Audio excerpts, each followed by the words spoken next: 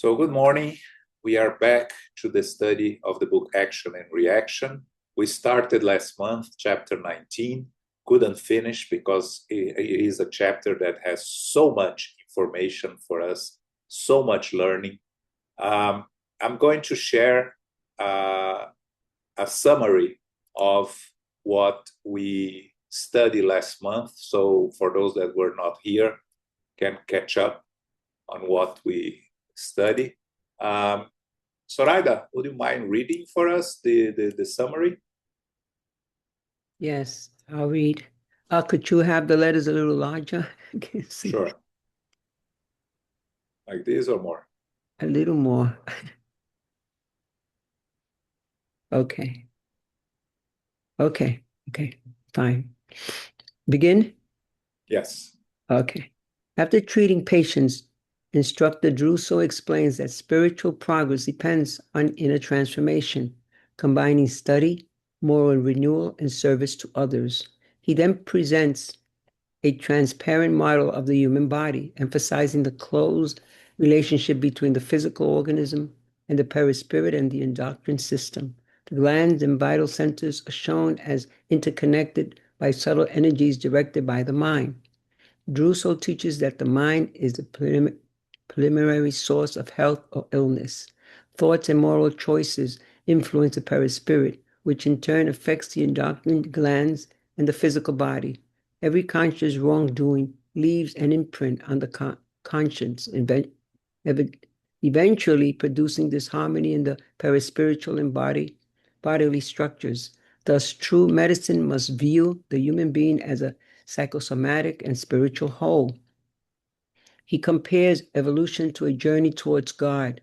Goodness accelerates spiritual ascent, while evil creates obstacles that require painful readjustments. He further explains that many spirits arriving in the lower regions after death suffer from remorse and severe perispiritual disturbances caused by their own misuse of free will.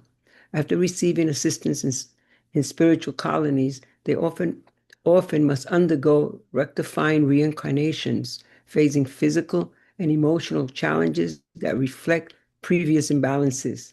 Finally, Druso clarifies that the so-called hell is not an internal place of punishment, but rather is the umbra, an intermediate region created by the collective mental and moral condition of rebellious, ignorant, and suffering spirits. Through work, repentance, and preparation for reincarnation, these spirits gradually regain the moral strength needed to continue their evolutionary journey. The lesson concludes that reinforcing that the physical body is a precious gift from divine providence, entrusted to us as an instrument for learning, reparation, and spiritual growth. Thanks. So that's what we studied last month, the connection between our actions and the physical body, the perispirit, and the glands. That the source of health or illness is in the mind primarily, and the consequences are manifested first in the perispirit and then in the physical body, mainly through the glands. And that he addressed the concepts of medicine as a whole, not treating consequences, but treating the causes. And talked a little bit about evil, good as an evil, talked a little bit about hell, that does not exist, is a state of mind, but a state of mind that the spirits create a place that we call umbral, which is an intermediate region created by the collective mental and moral condition of the spirits that are there, the rebellious, ignorant, and suffering spirits. We're not talking about the infernal zones, which are below the umbral, which we studied in the book Liberation. And then we stopped when Druso mentioned that the physical body is a precious gift from divine providence, entrusted to us as an instrument for learning, reparation, and spiritual growth. Elmo, any comments from last month? No. No, John. I think the following reading, we are going to go back to many things that we saw last month in itself. Okay. So I'm going to share now.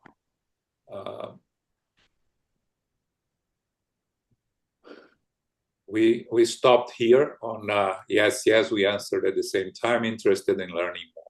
And that's where we stopped. So start, and this is true, Soraya. Okay. This is true for all of us, he said. In order to recommence the physical struggle, we ask for a regimen of sanctions. Or if we do not have the right to ask for ourselves, someone else obtains it by interceding with the higher authorities on our behalf. Regimen of sanctions? Asked Hilario, surprised. Exactly. We're not talking about measures of a moral nature by which, in our family or in our inner struggle, we meet up with spirits to whom we are debtors of patience and tenderness, tolerance and sacrifice in order to pay certain debts that taint our journey. What we are referring to are the rectifying measures that we ask for after repeated failures in the same errors and desertions, such as the congenial deficiencies with which we are reborn. Those who have wasted ample opportunities of work on earth by systematically ingesting corrosion elements such as alcohol and other poisons of the organic forces, or those who overindulge in gluttony almost always cross the waters of death as indirect suicides.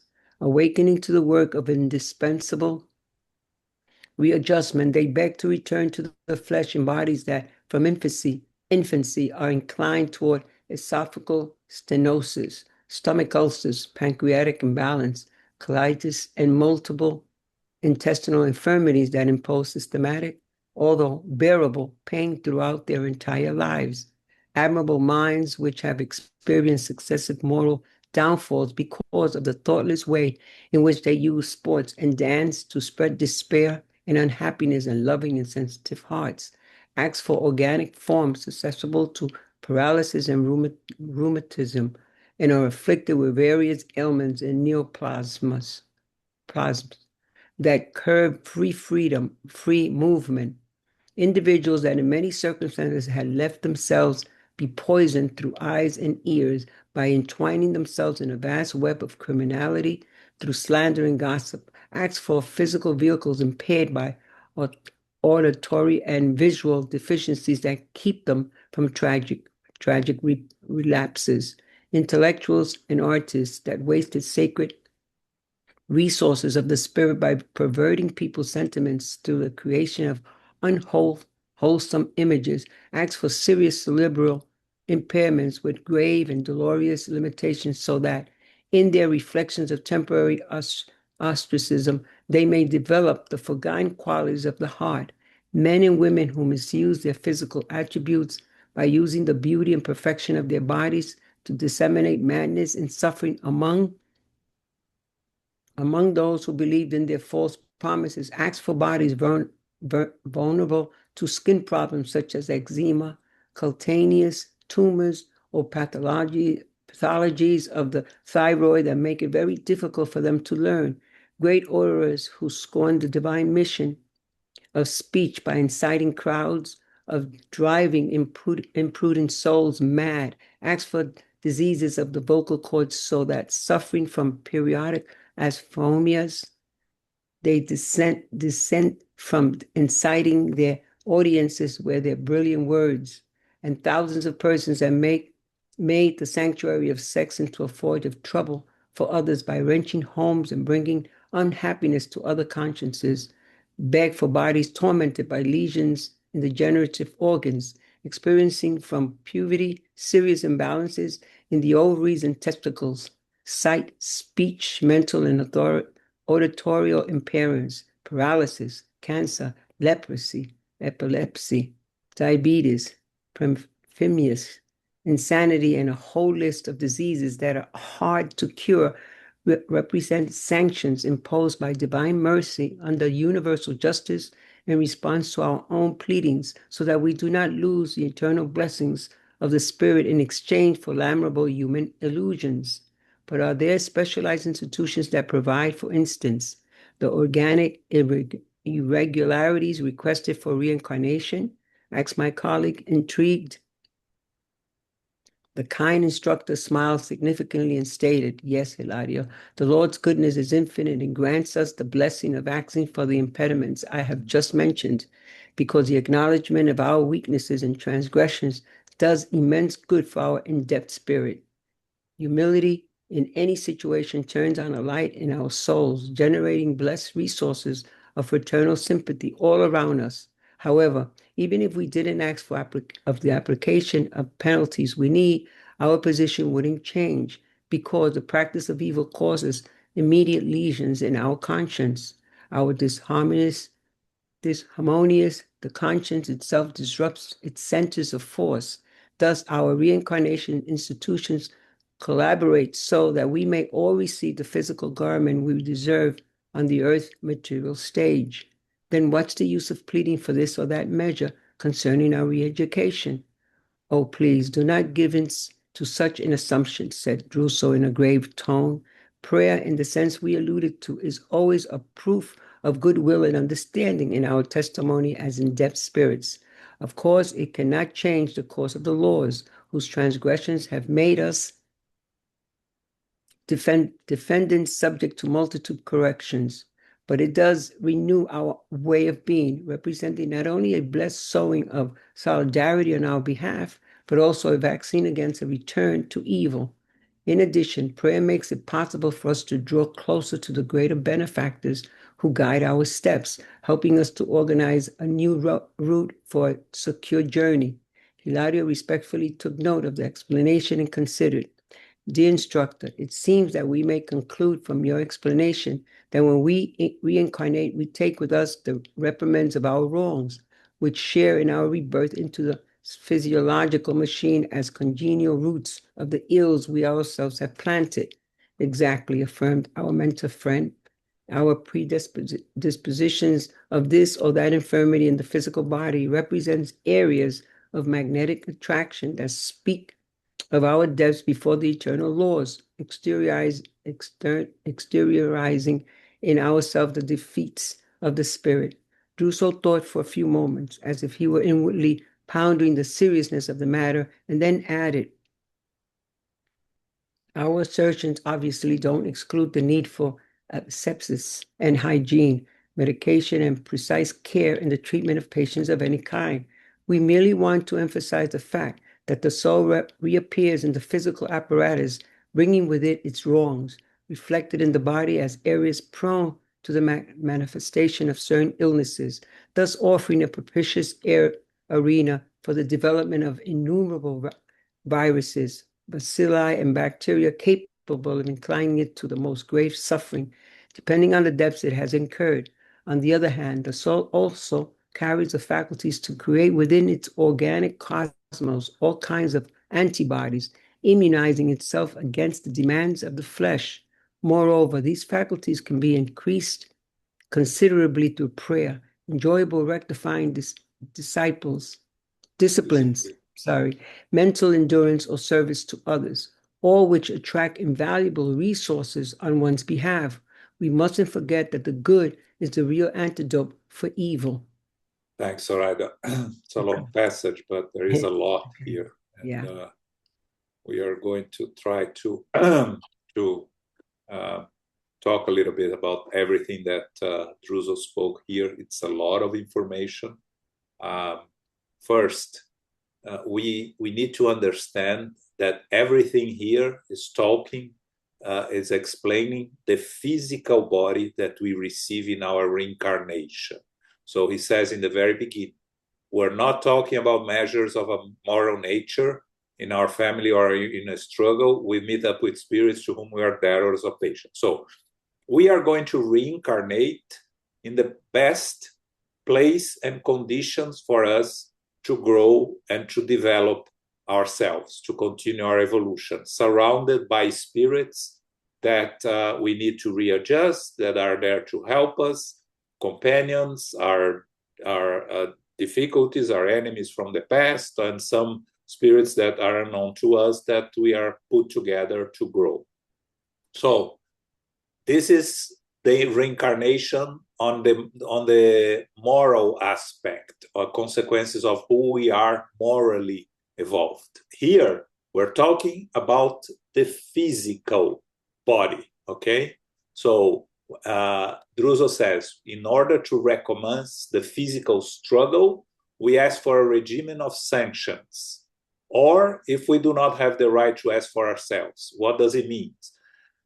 Many spirits in the spiritual world are unaware that there is reincarnation, unaware that there is the law of cause and effect, unaware that the evolutionary process is natural and it happens, and we have to come back to a new reincarnation.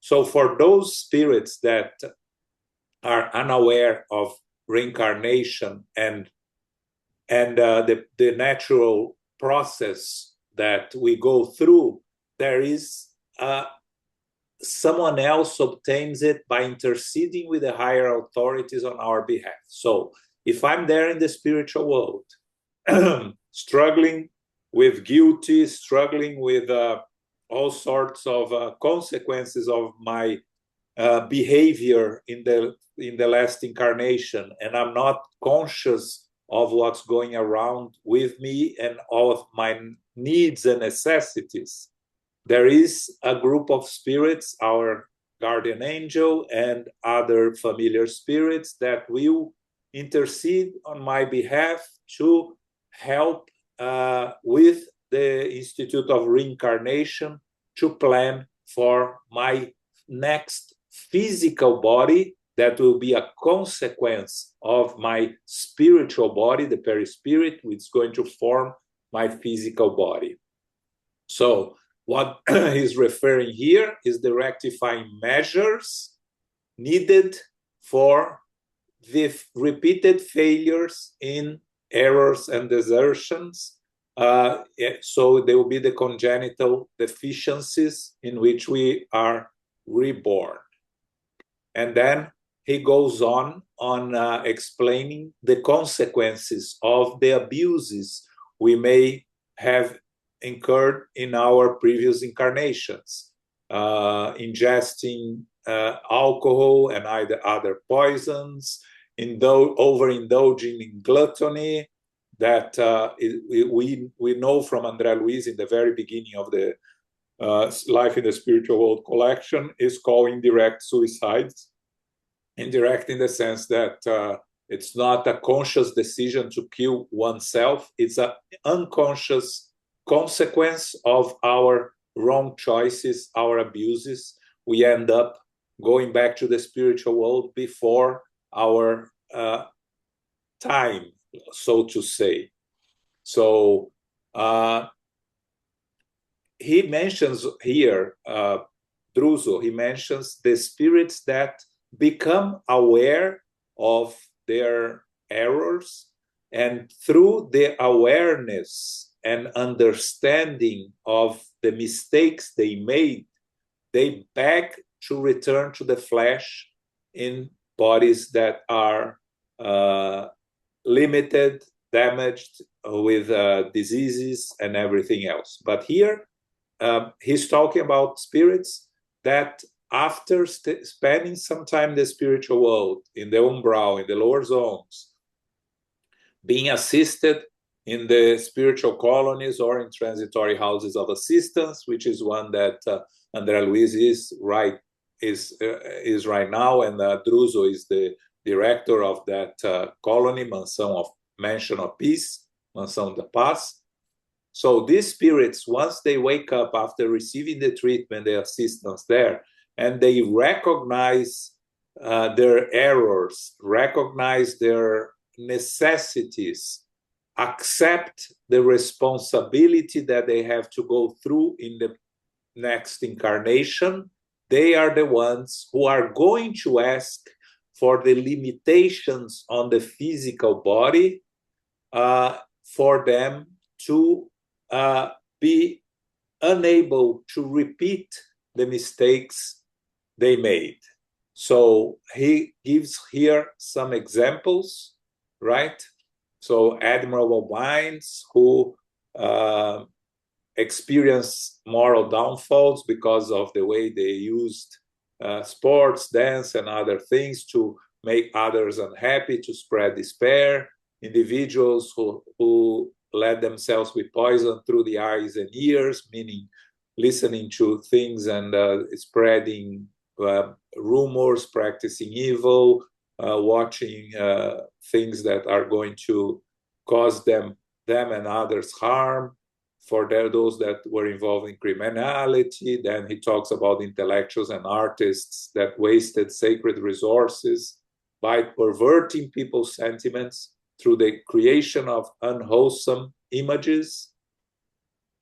Those that misuse their physical attributes by using beauty and perfection of their bodies to disseminate madness and suffering. If you remember in the book, Missionaries of the Light, Juan Andre Luiz is in the Institute of Reincarnation. He has an encounter with a lady that asks for a body that for not to be beautiful and not to be ugly, an average body that wouldn't call the attention one way or the other, so she could go ahead and perform her duties. Because when you are too beautiful, you attract the attention of many and can distract yourself. And of course, when you are too ugly, you also attract the attention of others. When you are average, which is the vast majority of us, you're not especially beautiful or especially not very ugly, you can do the work you are supposed to do without being disturbed, without getting distracted by what comes from our society in terms of beauty and perfection of the physical body. So they are going to ask for bodies that will have problems of the skin, pathologies of the thyroid. And then he talks about orators that use the mission of speech by inciting crowds or driving prudent souls mad. How many of the politicians of this world use their words to spread lies, to deceive people, use their power to benefit themselves only. They are going to face the consequences in future incarnations. They will have the impossibility of manifesting themselves through speech. So they will have diseases of the vocal cords, and they won't be able to talk to audiences. And of course, one of the most serious problems that we face, which are the ones caused by the abuse of sex, right? Those that cause trouble, wrecking homes and bringing unhappiness to others. We are going to come with physical bodies tormented by lesions in the generative organs, experiencing from puberty serious imbalances that could be inability to procreate, uncomfortable with our own physical body, with our own gender, and all the consequences of abusing sex. And also then he goes about the problems that you have: sight, speech, mental, auditory impairments, paralysis, cancer, leprosy. These are all consequences of our damage that we made to our own perispirit by our misguidance and misdirection in our physical life. Parenthesis here. All the problems we create for ourselves because we make mistakes for lack of knowledge of what we are doing, meaning trials, not expiations, are not going to create these serious consequences. These are consequences created by the abuses of things we already knew, mistakes we made in the past that we are repeating.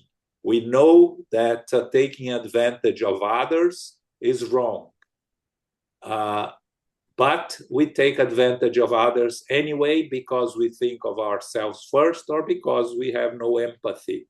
So we are creating consequences for ourselves. If I'm taking advantage of others in a situation because I don't know better, because it's, like a primitive spirit that is fighting for food and kills the next one because they want to survive, and they are fighting for the only food that is available there. That doesn't create consequences. We're talking here about consequences created by our own mistakes done despite being aware that this was a mistake. Okay? So these are sanctions imposed by divine mercy under the perfect laws of God, universal justice, in response to our own pleadings, so that we do not lose the eternal blessings of the Spirit. Okay? So these are limitations in our physical body that will cause us to focus on our physical needs and not get distracted and in falling back into the same patterns that are part of who we are, and that we have to overcome and learn to correct, to make amends. Okay, we are talking here about imperfections that we all will have, more or less, some more, some less, in the physical body. So then Hilario asks if there are specialized institutions that provide these irregularities, organic irregularities. And of course, Druso says, yes, there are institutions that will be responsible for that. The acknowledgement of our weakness does immense good for our in-depth spirit. So the first step to make amends for our mistakes is to recognize the mistake, right? If we make a mistake, but we don't recognize that we are making a mistake and we continue doing it, we are not going to be able to deal with it. So the humility, which is the understanding that we are imperfect spirits, that we are making mistakes, and that we need to correct the mistakes. So the feelings of guilty or the feelings of shame that come with the recognition of the wrongs that we have done is the first step to make amends. Now, we cannot get paralyzed by guilty or those issues that we create for ourselves, because then we cannot move. But in recognizing the errors we make and have the humility to ask for help, as Druso says, turns on a light in our souls and generate the blessed resources of fraternal sympathy all around us. But even if we didn't ask for the application of the penalties, our position wouldn't change. Meaning, he talked a lot about spirits asking for their physical limitations. But he says, even if we don't ask, the practice of evil immediately causes lesions in our conscience. So we create the consequences for ourselves, even if we don't ask for the limitations. So because once this harmonious, the conscience itself disrupts its centers of force. So the reincarnation institutions collaborate so that we may all receive the physical body we deserve when we reincarnate on Earth. And then he asks a very good question. So what's the use of pleading for this on that measure, praying for this or that concerning our re-education?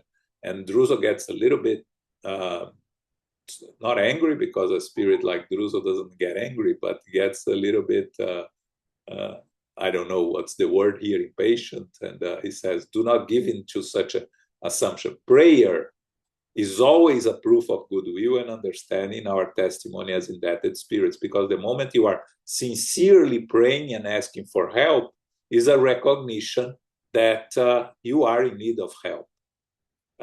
The prayer doesn't change the course of the loss, because what we made, we have to face the consequences.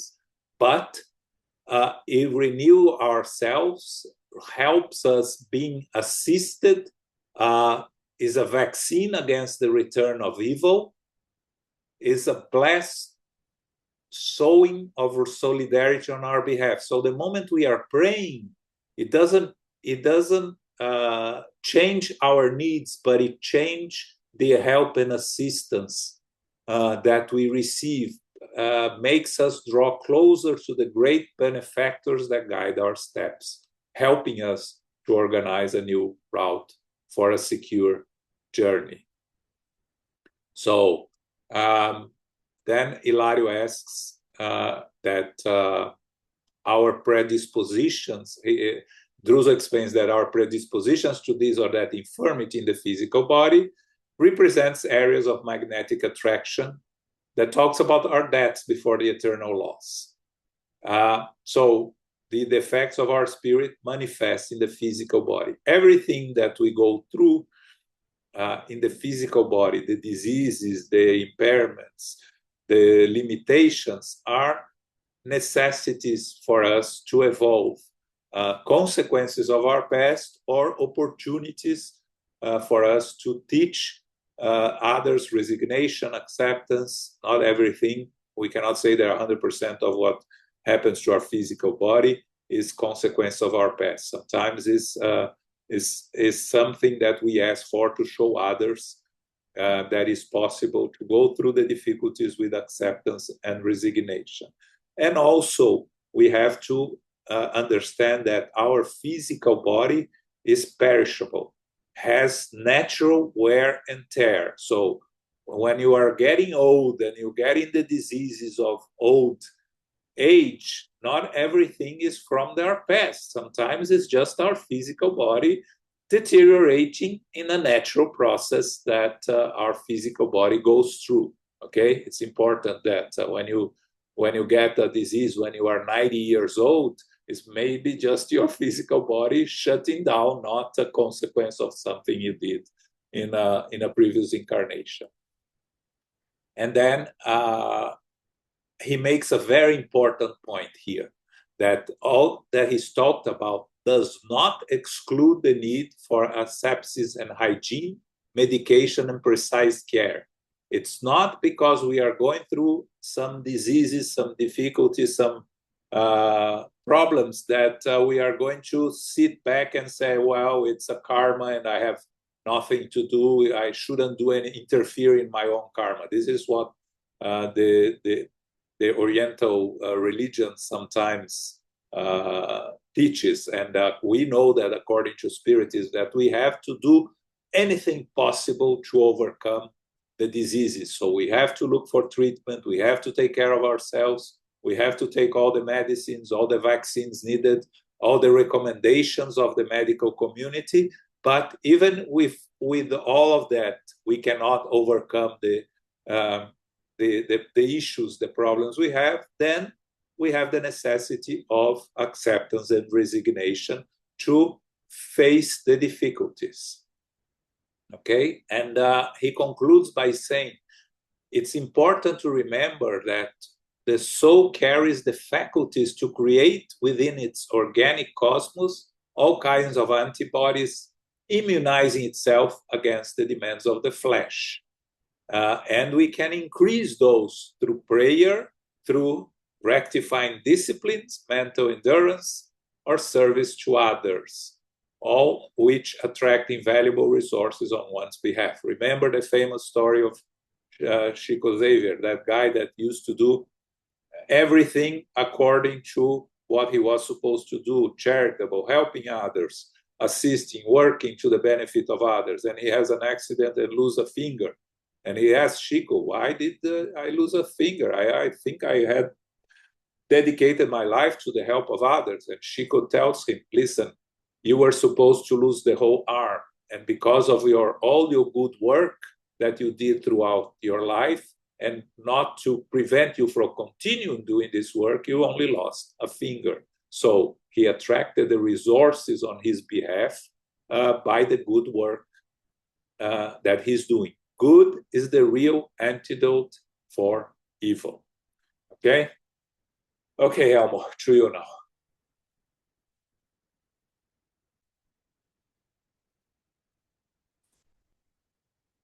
Elmo? Mute there. Yeah, sorry. Yeah, I think you covered basically everything here. Just a few words that I think is important. The word sanction to begin with, right? The regimen of sanctions. If you go to the dictionary, sanctions can be seen as a permission, approval, as well as penalty. And that kind of threw me off. But then when I read the sentence that says we are referring to rectifying measures, then it leads more to the definition of sanction here being a penalty. But what happens here is that the spirit asks for permission, asks for an approval to undergo those penalties in the next reincarnation, to rectify mistakes that are being repeated failures. The word repeated here is extremely important. Of course, there is exception to the rules. Then there may be one other case in which one failure was enough to promote these sanctions. But in general, the rules is telling us that most of us have multiple choices of making reparations without the need to undergo to those rectifying measures. Is after repeated, because again, the law is not punitive, it's corrective. It seeks to provides us opportunities for us to make the correction.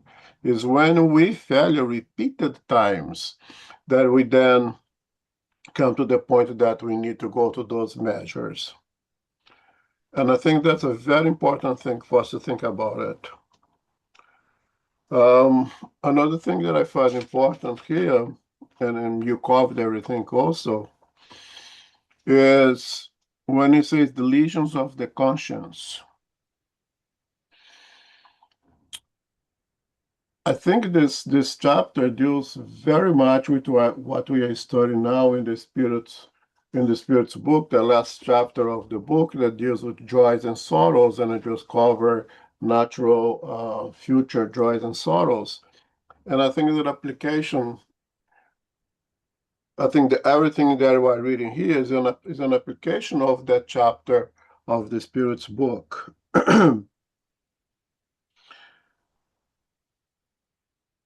Divine laws created for our happiness, and we only suffer when we disregard those laws, right? That's what's in question 614 when we start studying the natural laws, right? So in reality, all the sorrows, everything that Ruth is talking about here is consequence of repeated disregarding the natural laws. Natural laws are already imprinted in our conscience. So we know what's wrong and what's right because it's already imprinted in our conscience. And if you repeatedly go against our conscience, there is this lesion in our conscience. So to me, the word lesion is more an analogy, a metaphor for infractions against our own conscience, right? That generates the necessity of correction.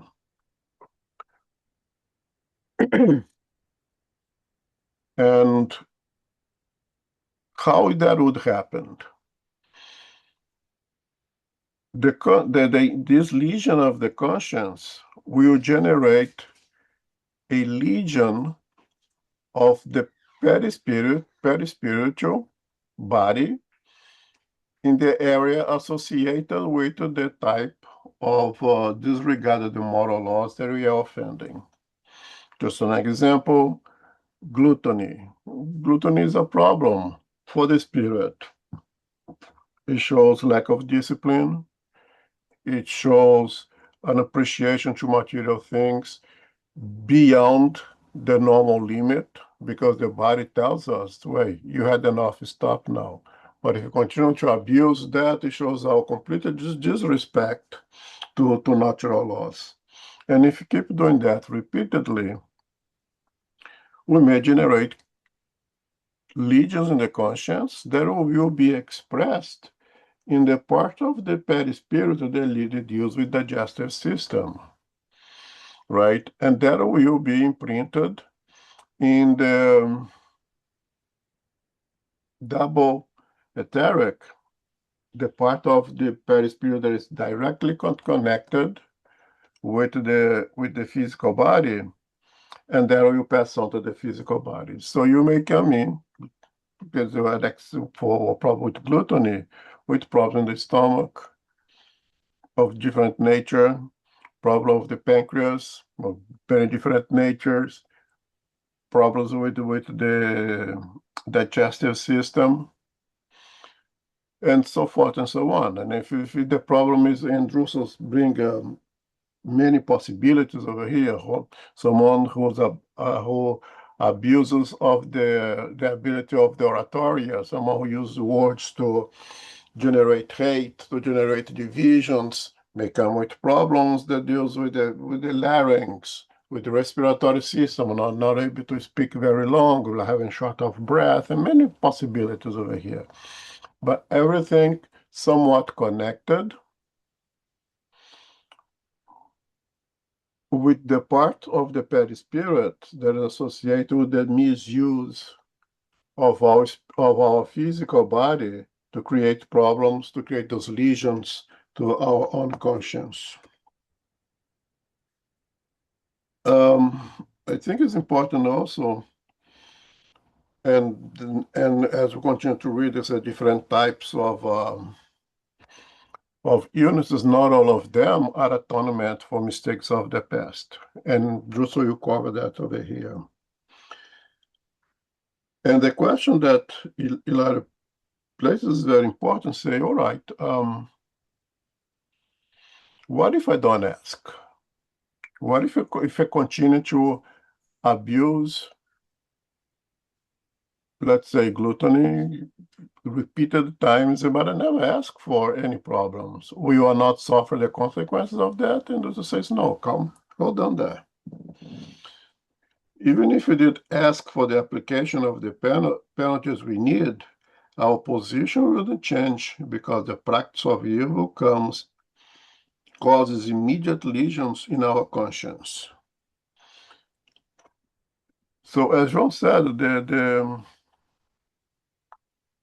us asking for those sanctions, asking for approval to go through those penalties, is the initiation of the process of recovery.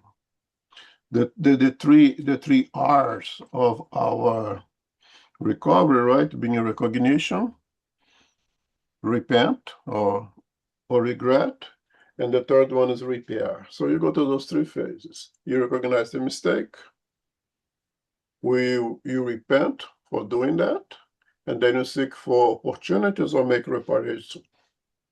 reparations of the mistakes we made. Right? You recognize that we spilled the milk, and you ask, what can I do now? Well, you can put the milk back in the jar now, but I can clean up the mess. So you go, you clean up the mess. That's all that you can do now, and you keep move on, right? Even if you don't ask for it, the divine laws will still be applicable, and divine laws of action and reaction, of cause and consequences. The mistakes that we do, things that we do that go against the natural laws, will cause lesions in the conscience that will be expressed in the perispiritual. But again, it's very important to remember that the law is corrective, not punitive. we have chances of making those corrections ourselves before we need to go to that stage of going through those sections. I think this is very important for us to understand. And prayer, of course, shows the recognition that we at least get to the level of the recognition, and you are ready to go to the necessary atonements to make those reparations. And prayer will always, always work and alleviate. And I think it's very good when you use the sense over here, a vaccine against the return of evil. I think this is very important. This is the guy who is, abusing drugs, getting to a rehab, recover the chemical from the chemical addiction, is ready to go out in the street, know that you'll be exposed to the triggers that led them to drug abuse the first time. By making use of prayers, you can vibrate at a higher level, receive all the necessary assistance to not go back and return the same evil. So the prayer is extremely important here as a vaccine. A vaccine is prevention, right? A preventive method to not return to evil that precipitated the need of those penalties to begin with. It's extremely important to think about that.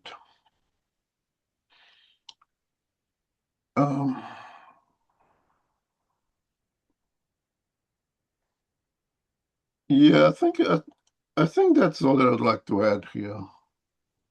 I think it's important to remember and that we are talking here about the physical body, the consequences on the physical body of our actions, right?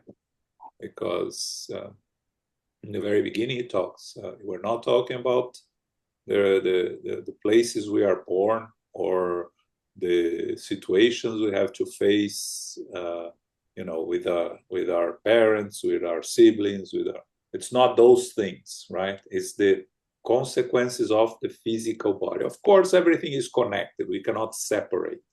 But we are really focusing here on this part of the study on the consequences, physical consequences to the physical body of what we did in the past.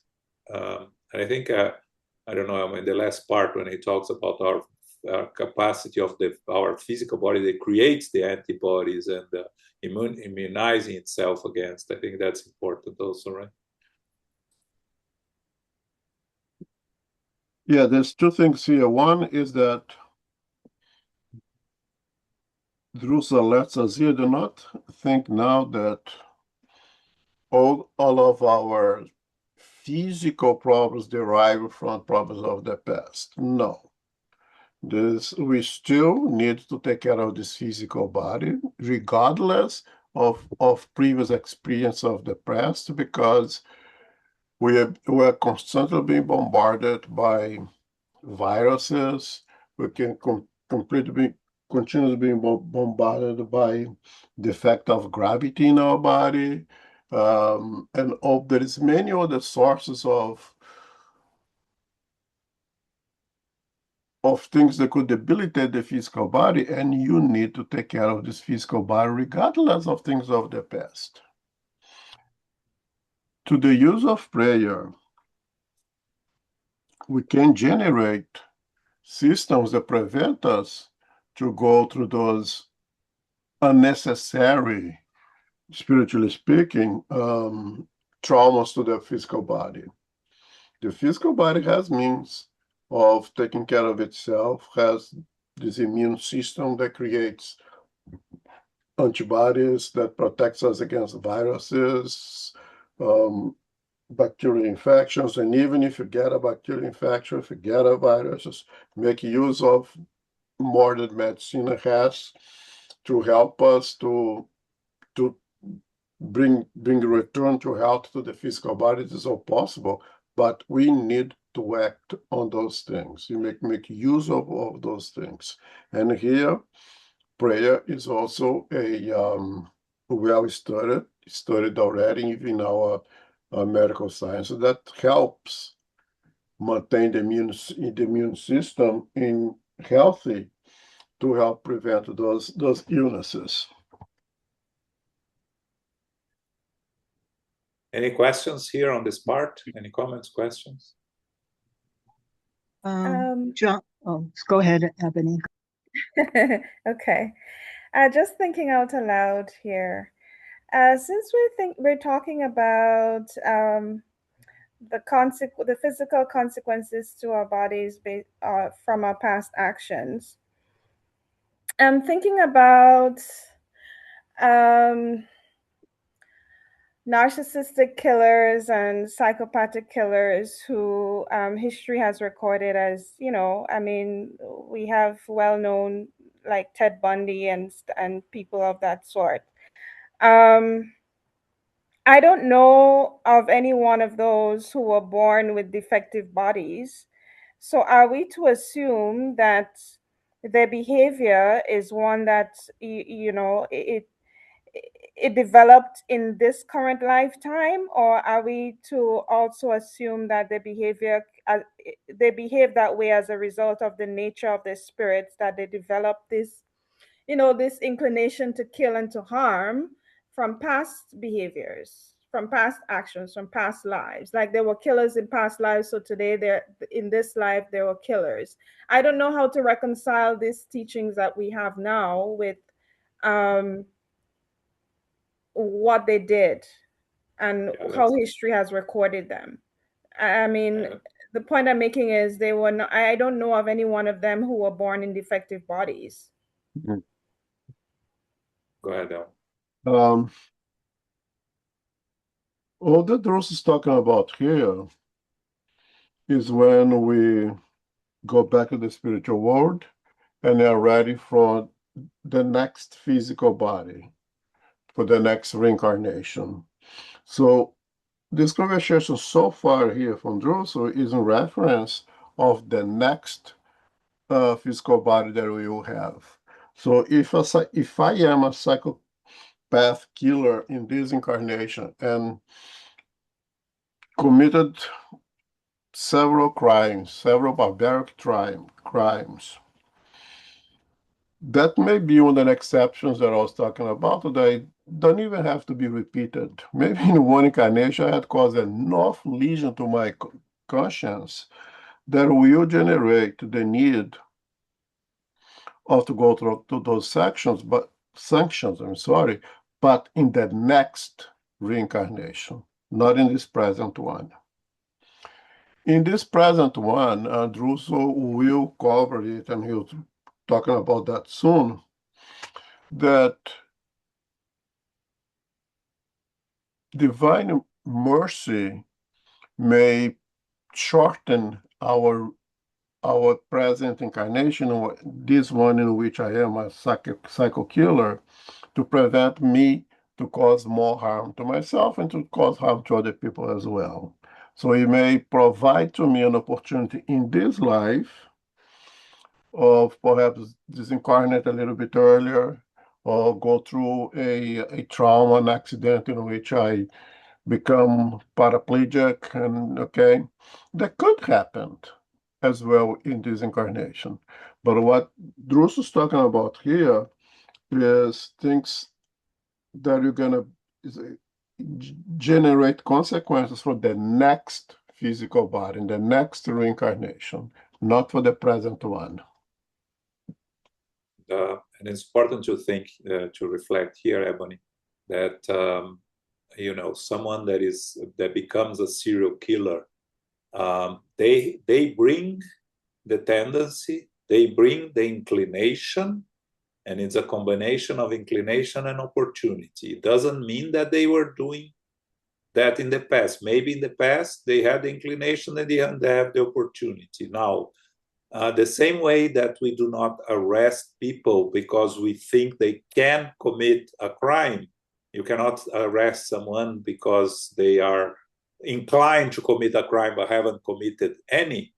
In the spiritual world, we are not going to, unless we make a conscious choice ourselves, we are going to come to a reincarnation with the objective to grow and to develop ourselves and to evolve morally and intellectually. Now, we bring our free will, we bring our inferior tendencies that we may have not acted in the past, we may have been able to control in the past, and then we come to this incarnation, and circumstances and our free will makes us start acting on our inferior tendencies. And it's very, I don't know if you read The Serial Killer, the first kill is the difficult one, and then when they do the first one and they become addicted to the feelings that they had, that's when they start repeating it.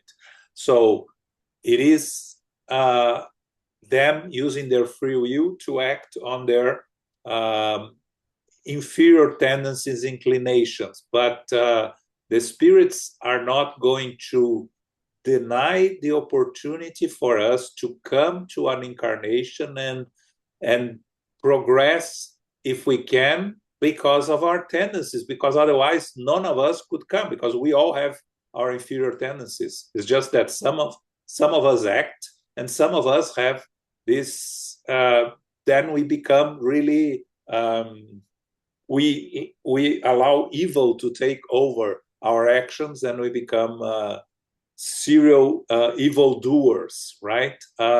If you think, let's not, because a serial killer kills 10, 20, 30 people. What about a Hitler that killed 30 million people, right? Couldn't the spirits prevent him from reincarnating? It's a complex discussion, right? He had the tendency, he had the wrong mental approach, yes, but the opportunity allowed him to act on his inferior tendencies, on his evil doing, right? But the spirits are going to inspire, to guide the evolved spirits, to inspire us, to guide us not to act according to our inferior tendencies, but our free will is what's in the end is going to make the choices. And so what Elmo mentioned here. So here what we're talking is what's going to happen to him next. He, because of all the evil that he has committed, he created for himself serious consequences, which will be now, yes, the inability to act according to his evil tendencies. He will be prevented from acting that. There is a book by Divaldo that talks about the reincarnation of the Marquis de Sade. I don't know how you say that in English. The famous French that creates sadism and masochism, right? His next reincarnation completely physically unable to manifest itself, physically and mentally. He was incarnated in the interior of Brazil, completely unable to perform any normal activity as a consequence of what he did when he was incarnated and all the damage he created to himself and to others. So it is always, again, the consequences. The prevention has to be according to the free will of the spirit, but they cannot be forced to, they cannot be imprisoned before committing the crime. That's the point here. I hope it helps. It has. Thank you. Carol.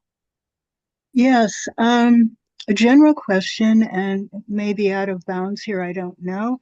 But what about, COVID for the individual as well as the connection for each person within a country that had COVID? Could this actually be a good imprint on our perispirit? In other words, we made it through, however it worked out, whether it was extreme or an easy case. I'm wondering if you have any thoughts about that. Thank you. Thanks, Carol. Elmo, have anything? No. Okay, so Druso is talking about individual atonement, right? But we can think in case of pandemics, right, like the COVID-19, as collective atonements, okay? But we cannot be think only in terms of atonements for all those physical things that happens to us. We can think of, we're going to read soon here from those all the kinds of pain, like assistance pain, so warning pains. So this pandemic may be a warning to us. Say, well, what you guys are doing with all your intellectual progress and absolutely neglecting the necessity for moral progress as well. And during the period of COVID, we reflect about a lot about our moral values. Time that we could not go to work, could not go to the streets, could not go party. A lot of things happens in terms of moral development. And as soon as the COVID was over, as soon as we were able to go to the street, it seems like we forgot everything, went back to our normal, the value of our moral values again. How many times we're going to have to go through pandemics like that to really pay more attention to us as a spiritual being more than just a physical body? During that period of COVID, when many perished, the physical body, was there cases of individuals who suffered the consequences of previous experience, and that was the reason of getting COVID and scarlet? Perhaps, but you don't know that. We cannot say that, right? And when it comes to pandemics, especially to infectious things like that, we are all at risk. The one with the weakest immune system, the one that mixes may be actually good, but cannot respond to that specific type of virus, like coronavirus, which was the case. I had the opportunity to see young, otherwise health, with no medical problem, male, died because of COVID, because for some reason the immune system did not react specifically to that type of virus. Okay, is that each one of the individuals has their own story to tell? Can we tell that each one of those individuals who are going to this kind of sanctions that Bruce is talking about here? It's impossible for us to guess. But we can assume that was a sanction for humanity as a whole, not for individuals, because it took the whole globe, it paralyzed the whole planet Earth at that point, right? So it's something collective. Can we think of those sanctions being not only individuals, collective? Yes, we could think of that.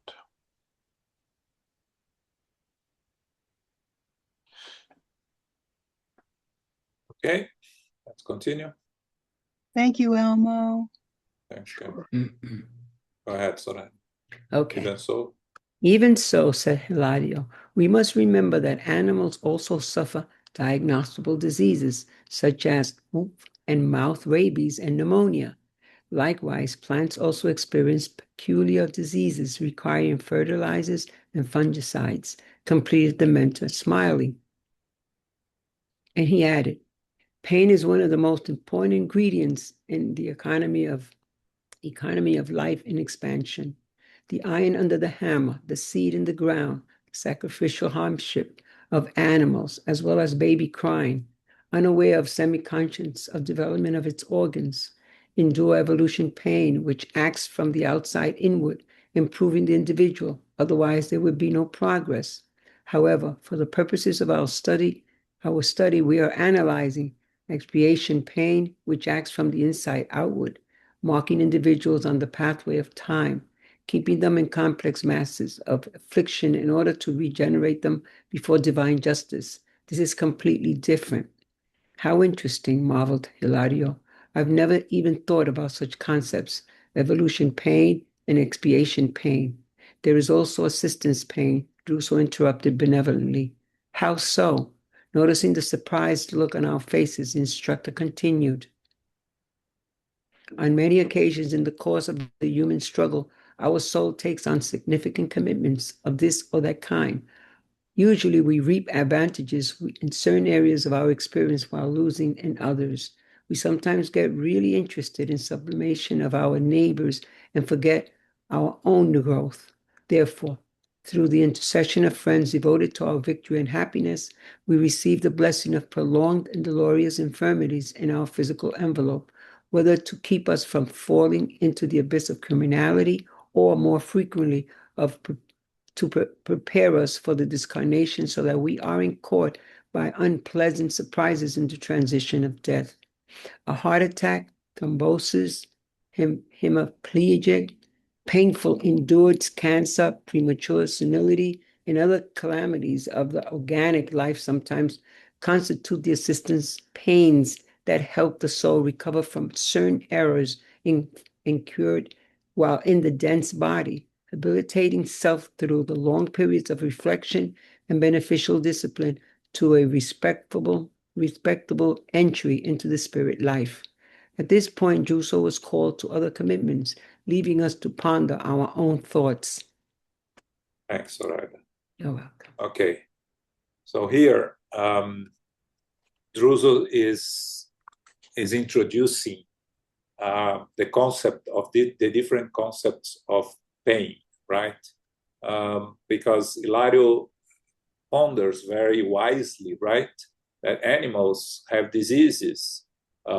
And then Druso says also plants have diseases, right? So on our evolutionary path, when we think about our evolutionary path, we go as a spiritual principle through the mineral, vegetable, animal phases.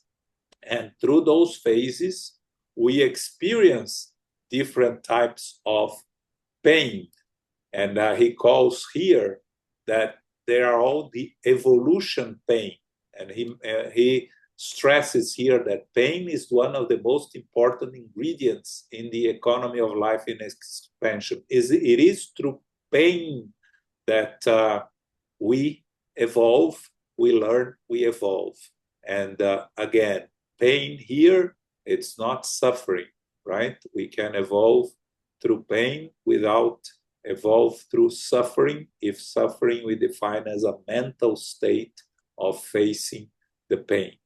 So the examples he gives here, the iron under the hammer, the seed in the ground, the animals, the baby crying, unaware or semi-conscious of the development of these organs. So the baby is crying because everything inside the baby is changing and the baby is growing.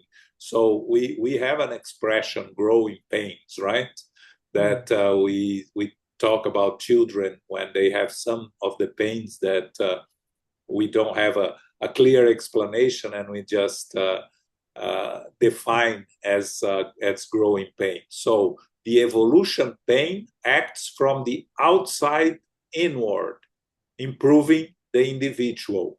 Okay, so, he says, otherwise there will be no progress. So it is important in our evolutionary journey to go through the pain to the evolution pain, which is the one that helps us evolve and help us go through the experiences necessary to build who we are today. We all went through all this evolution pain in all the phases, including in the human phase also, we have the evolution pain, as he gives a small example here on the baby. But on the study that we just finishing, he's talking about the expiation pain, which acts from inside outward. So it marks individuals by creating their physical bodies according to their necessities and consequences of their past. Keep them in a complex mazes of affliction in order to regenerate them before divine justice. So the expiation pain is the one that we create for ourselves. It's expiation, atonement, right? Are the pains that we create for ourselves by repeating the mistakes that we made. When we make a mistake for lack of knowing what we are doing, we don't create expiation. When we repeat the mistake is when we create the expiation, or as the Orientals call the karma, right? Which is a well-known word nowadays. So we create karma for ourselves, the expiation. When we make a mistake, we repeat a mistake, knowingly repeat a mistake. And that knowingly is not in the sense that, I'm going to make the mistake, I don't mind, I like this. It doesn't need to be like that. It's just, it could be a semi-conscious mistake, right? You like to procrastinate, and the procrastination creates consequences that are not good. But you know that you are a procrastinator, and unconsciously you procrastinate. It's part of who you are. So you are creating the expiation. It's not a conscious decision. It's a decision based on who you are. So you have to actively fight against your tendency to procrastinate to avoid the expiation pain. But if you don't do, you are going to create the expiation pain. Of course, for those, the example that Ebony just gave, a serial killer, they are consciously creating consequence for themselves by repeating the error and causing even more complications with their actions. So this is the expiation pain. And then Druso introduces another pain, which is the assistance pain, which is the pain, very interesting, when we receive the blessing of infirmities to keep us from falling in the abyss of criminality, which is something that Elmo mentioned a little bit, but more frequently to prepare us from discarnation so that we aren't caught by unpleasant surprises and the transition of that. So on many occasions, people that dedicate their lives to others, they forget to think about themselves. We need to take care of ourselves. I remember Mario, the president of Mansão do Caminho, mentioned of the way, talking about the last months of Divaldo, right? He discarnated in May, and from January to May, he was really completely unable to interact with the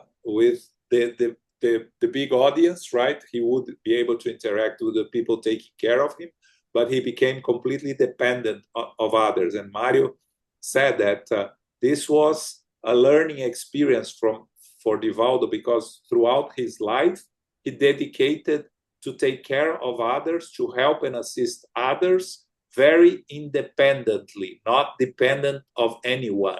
So he had a little bit, it's only a 3-month window to learn how to be dependent of others and to be helped and assisted by others on the preparation, on the transition to return to the spiritual world. So this was an assistance pain.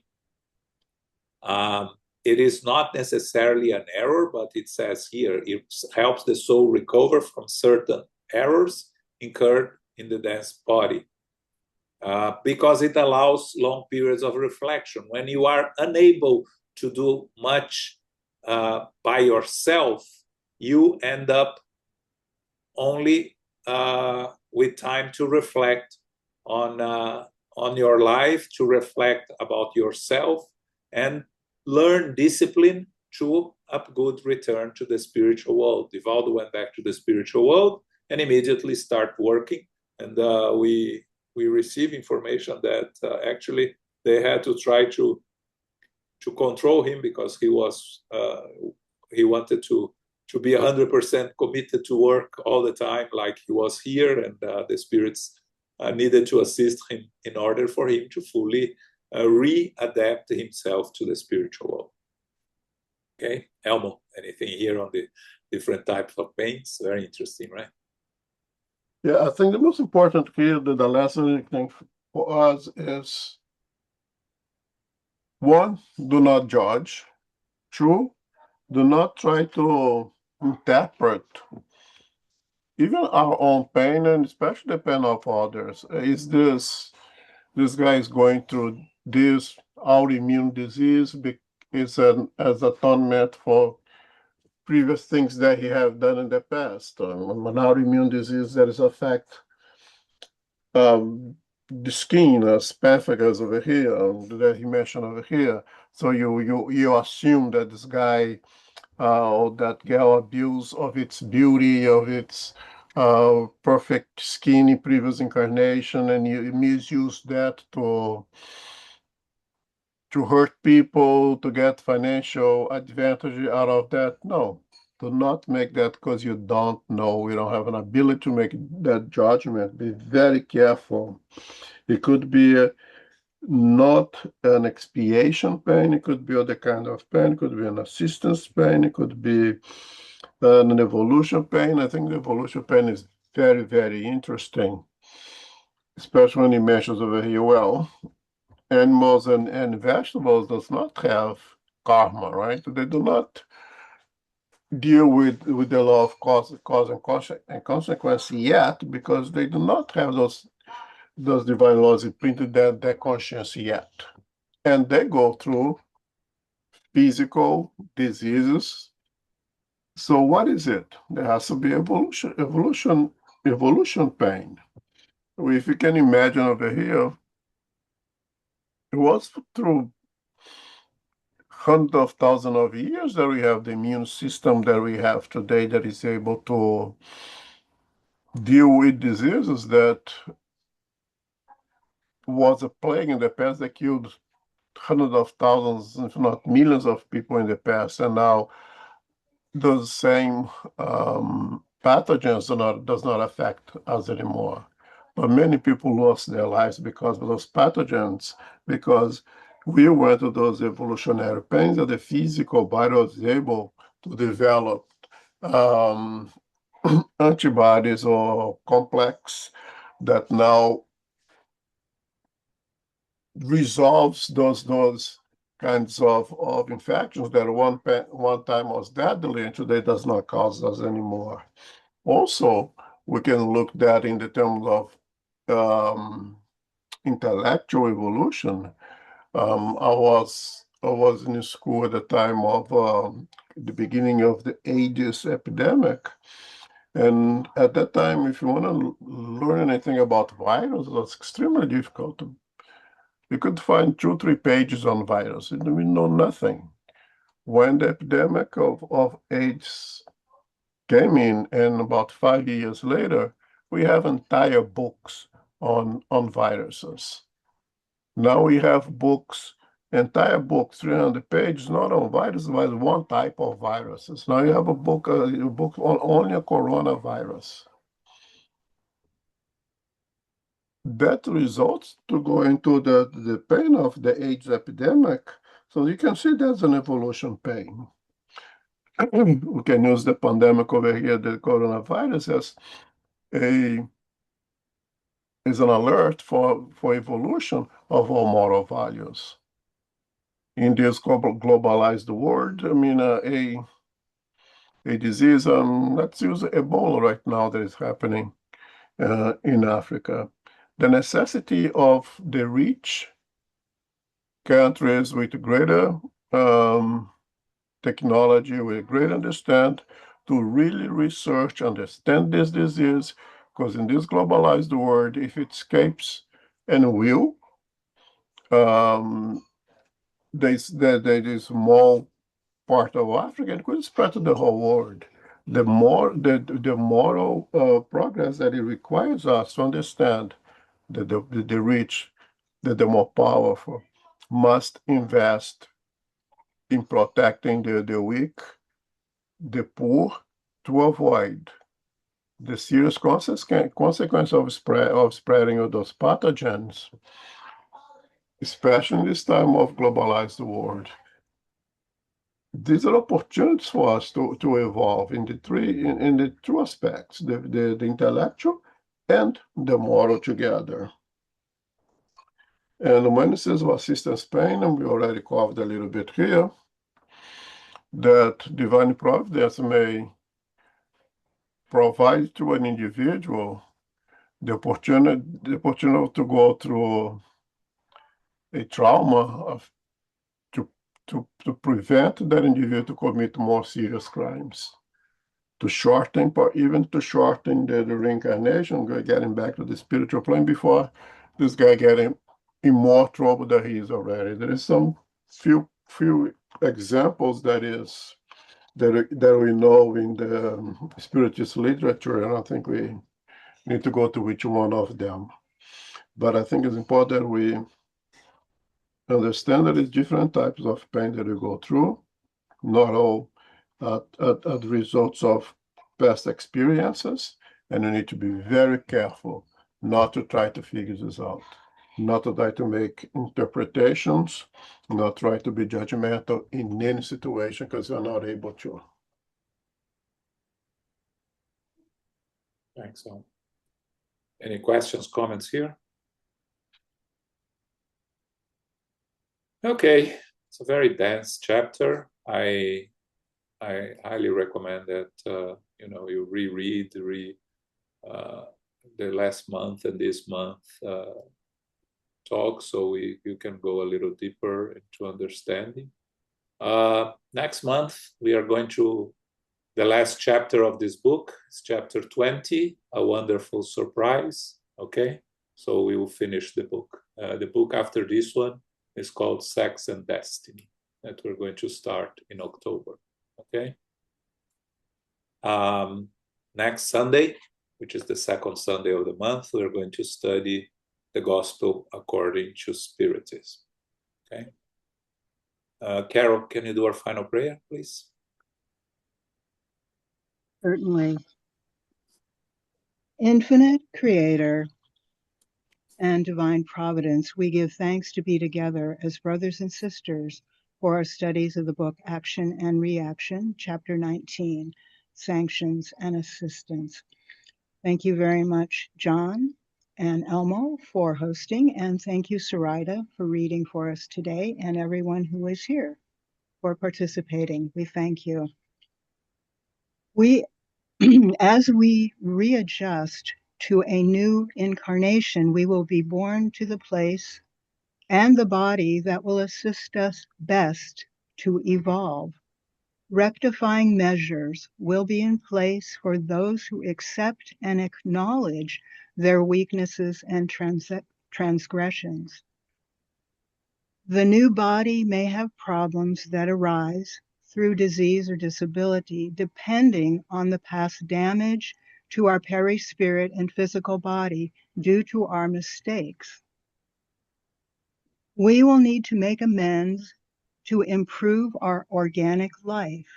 Humility and acknowledgement of our wrongs are the first steps. We recognize the need to avail ourselves of the physical body we need on earth.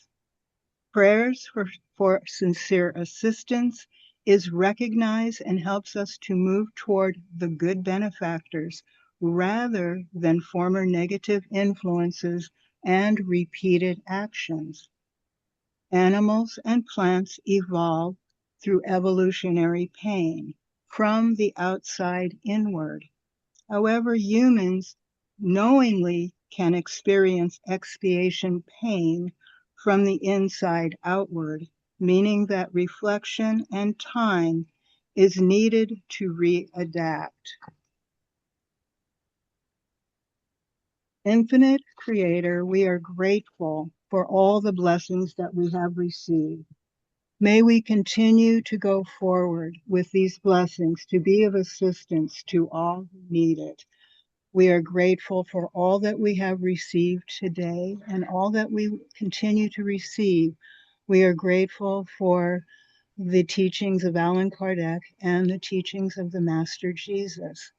May we continue to receive the love, light, and peace of Christ as we continue to improve our abilities to be of care, of service, and of moral essence. We are thankful for our center, SGNY, for our directors, for our teachers, for our counselors, for our mediums, for our workers, for our helpers and healers, and all who are participants, whether near or far. May we continue throughout the week with our prayers, with our studies and mindfulness, knowing that these blessings are helping us to improve our intellectual and moral qualities. We are grateful for all that we have received and will continue to receive throughout the week. And as we close this portion of the meeting, may we receive this blessing, the Christ light within us, and may we continue to be beacons of love, of light, of peace, of courage, and of comfort. And may we do goodness each day the best way that we can. And as we close, we ask for safety and protection as we return to our family, our friends, our loved ones, and our coworkers. May peace, may prosperity, and love prevail. So be it.